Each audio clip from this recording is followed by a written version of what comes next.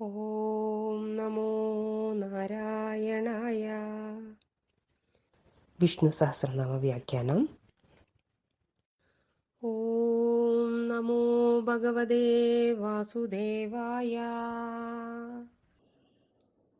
അജോ മഹാർഹ സ്വഭാവ്യോ ജിതാമിത്ര പ്രമോദന ആനന്ദോ നന്ദനോ നന്ദ സത്യധർമാ ത്രിവിക്രമ. അജ ജനിക്കാത്തവൻ, അതായത് കാമദേവൻ പ്രത്യുമ്നൻ. മരണവും ജനനവുമില്ലാത്തവൻ, നിത്യനാണ് അവിടുന്ന്. അതിനാൽ അജൻ. അക്ഷരങ്ങളിൽ ആ കാരമാണെന്ന് ഭഗവത്ഗീതയിൽ പറയുന്നു. ആ ഭഗവാനാണെന്ന്. അതിനാലും ആ ജൻ. വിഷ്ണു ഭഗവാനിൽ നിന്നാണ് പ്രത്യുമ്നൻ, അതായത് കാമദേവൻ ജനിച്ചത്. അതിനാൽ ധർമ്മവിരുദ്ധമല്ലാത്ത കാമം ഭഗവാൻ തന്നെ എന്നറിയണം. ധർമ്മവിരുദ്ധമായത് അഹിതമെന്നും അറിയണം. മഹാർഹ, മഹാ എന്നതിനർത്ഥം പൂജ എന്നാണ്. പൂജനീയനായി ആരാണ് വിശ്വത്തിലുള്ളത്? ഭഗവാൻ മാത്രമേയുള്ളൂ. അതിനാൽ ദേവന്മാരും അസുരന്മാരും മനുഷ്യരുമെല്ലാം മഹാവിഷ്ണു പൂജ നടത്തുന്നു. ഏറ്റവും ഉത്തമമായ പൂജ അർഹിക്കുന്ന മഹാർഹൻ ഭഗവാൻ തന്നെ. ഭഗവാന് ഏറ്റവും പ്രിയമൂല്യമായ ധർമ്മം മനസ്സിൽ ഏറ്റവും ഉയർന്ന സ്ഥാനത്ത് പ്രതിഷ്ഠിച്ച ഓരോ കർമ്മവും വാക്കും ഇണങ്ങുന്നതാണോ എന്ന് പരിശോധിച്ച് നോക്കുന്നതാണ് ഭഗവാനുള്ള ശ്രേഷ്ഠമായ പൂജ. ഭാവ്യ, സ്വാഭാവികമായി തന്നെ അഭാവ്യനായി ഇരിക്കുന്നവനാരോ അവൻ. നിത്യനായ മഹാവിഷ്ണുവിന് ജനന മരണങ്ങളില്ല. പരമാനന്ദത്തിൽ വർത്തിക്കുന്നവനാണ് അവിടുന്ന്. മഹായോഗികൾക്ക് പോലും സമാധിയിൽ മാത്രമാണ് ആ ആനന്ദം നുകരാനാവുന്നത്. അതിന് ജാഗ്രത്, സ്വപ്ന, സുഷുപ്തി അവസ്ഥകൾ വെടിഞ്ഞ് തുര്യത്തിലേക്ക് കടക്കണം. ഭഗവാൻ സദാ അതിൽ തന്നെ സ്വാഭാവികമായി നിലകൊള്ളുന്നു. ജിതാമിത്ര, ശത്രുജയം നേടിയവൻ. അമിത്രന്മാരായവരെ ജയിച്ചവനാണ് അവിടുന്ന്. ആരാണ് അമിത്രന്മാർ? അല്ലെങ്കിൽ മിത്രങ്ങളില്ലാത്തവൻ? കാമക്രോധാദി മതലോഭങ്ങൾ ഇവയെല്ലാം ജയിച്ചവൻ അവിടുന്ന് മാത്രം. കാരണം അവിടുന്ന് ശുദ്ധ സാത്വിക സത്തയുള്ളവനാണ്.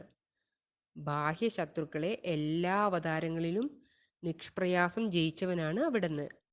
പ്രമോദന, സദാ ആനന്ദിക്കുന്നവനും പ്രേമികളെയും യോഗികളെയും ആനന്ദിപ്പിക്കുന്നവനും. യാതൊരാൾ സഭാധിഷ്ഠനായി ആത്മാവിൽ മനസ്സുറപ്പിച്ചിരിക്കുന്നുവോ അവൻ ആത്മാവിൽ തന്നെ രമിക്കുന്നു, സുഖം അനുഭവിക്കുന്നു, ബ്രഹ്മമായി ഭവിക്കുന്നു. ഭഗവാൻ പ്രമോദനൻ ആകുന്നു. ആനന്ദ, ആനന്ദമയൻ. ഭഗവാൻ ആനന്ദം സ്വരൂപമാക്കിയവനാണ്. ഭക്തന്മാരുടെ സ്ഥിതിയോ? ഭഗവാന്റെ സ്മരണയിൽ ആനന്ദത്തിൽ ആറാടുന്നു. അവിടത്തെ രൂപം, വാക്കുകൾ എല്ലാം ആനന്ദം പകരുന്നവയാണ്. അക്രൂരൻ ശ്രീകൃഷ്ണനെയും ബലരാമനെയും കൊണ്ട് മധുരയ്ക്ക് പോകും വഴി കുളിക്കാനിറങ്ങിയപ്പോൾ വെള്ളത്തിനടിയിൽ രഥത്തിലിരിക്കുന്ന ബലരാമകൃഷ്ണന്മാരെ കണ്ടു. നിവർന്നു നോക്കിയപ്പോൾ അവർ രഥത്തിലിരിക്കുന്നതായും കണ്ടു. ആകെ കുളിരി കോരി അക്രൂരൻ ഒന്നും പറയാതെ തൊഴുതുകൊണ്ട് രഥത്തെ സമീപിച്ചപ്പോൾ കൃഷ്ണൻ ചിരിച്ചുകൊണ്ട് ചോദിച്ചത്രേ, എന്താണ് സഖേ, വെള്ളത്തിന് തണുപ്പ് കൂടുതലായിരുന്നുവോ? ആകെ കുളിർന്നു വിറയ്ക്കുന്നുവല്ലോ. അത്ര മധുരഭാഷണനാണ് കൃഷ്ണൻ. ആനന്ദ ശ്രീകൃഷ്ണൻ എന്നാണ് അവിടുത്തെ വിശേഷിപ്പിക്കുക തന്നെ. നന്ദന, ആഹ്ലാദിപ്പിക്കുന്നതിൻ്റെ മൂല കാരണമായിരിക്കുന്നവൻ. ശരണാഗതി തേടി വരുന്നവരെ ഭഗവാൻ ആഹ്ലാദിപ്പിക്കുമെന്നതിൽ സംശയമില്ല. അവരുടെ ആനന്ദത്തിൻ്റെ മൂല കാരണം ഭഗവാൻ തന്നെ. നന്ദ, പരിപൂർണൻ, സമ്പന്നൻ, സമൃദ്ധൻ. ആനന്ദം പൂർണ്ണമാകണമെങ്കിൽ എല്ലാം പൂർണ്ണമായിരിക്കണം. കാമങ്ങൾ മോഹഭംഗത്തിനും ക്രോധത്തിനും വഴിയൊരുക്കും. അതിനാൽ പൂർണ്ണതയിലാണ് സുഖം. പൂർണ്ണത നേടിയവൻ എത്ര ദാനം ചെയ്താലും പൂർണ്ണതയിൽ ഭംഗം സംഭവിക്കുന്നില്ല. പൂർണ്ണസ്യ പൂർണ്ണമാദായ പൂർണ്ണമേവാവശിഷ്യതേ. സത്യധർമ്മ, സത്യവും ധർമ്മവും ഉള്ളവൻ. ഷഡ്ഗുണങ്ങൾ പൂർണ്ണമായി വിളങ്ങുന്നത് ഭഗവാനിൽ മാത്രമാണ്. ഗോവിന്ദന് സത്യ എന്ന പേരുമുണ്ട്. ധർമ്മത്തിൽ നിന്നും വ്യതിചലിക്കാത്തവനാണ് ഗോവിന്ദൻ.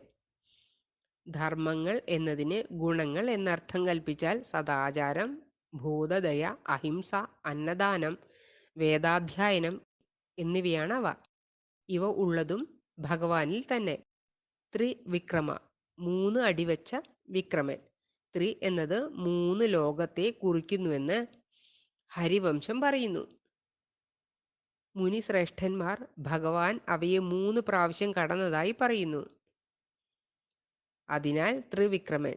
ത്രി എന്നത് 3 വേദങ്ങളെ കാണിക്കുന്നു. യജുർവേദം, ഋഗ്വേദം, സാമവേദം ഇവയെല്ലാം പ്രാപ്യസ്ഥാനമായി കാണുന്നത് ഭഗവാനെയാണ്. അതിനാലും ത്രിവിക്രമൻ. ജാഗ്രത്, സ്വപ്ന, സുഷുപ്തി എന്ന 3 അവസ്ഥകളെ കടന്നിട്ടാണ് തുര്യത്തിലെത്തുന്നത്. അവിടെയാണ് ഭഗവത് സാമീപ്യം അറിയുന്നത്. അതിനാലും ത്രിവിക്രമൻ. അജോ മഹാഹ സ്വഭാവ്യോ ജിതാമിത്ര പ്രമോദന ആനന്ദോ നന്ദനോ നന്ദ സത്യധർമ്മ ത്രിവിക്രമ. ഓം നമോ നാരായണായ. ഓം നമോ ഭഗവതേ വാസുദേവായ. സർവത്ര ഗോവിന്ദ നാമ സങ്കീർത്തനം. ഗോവിന്ദ ഗോവിന്ദ.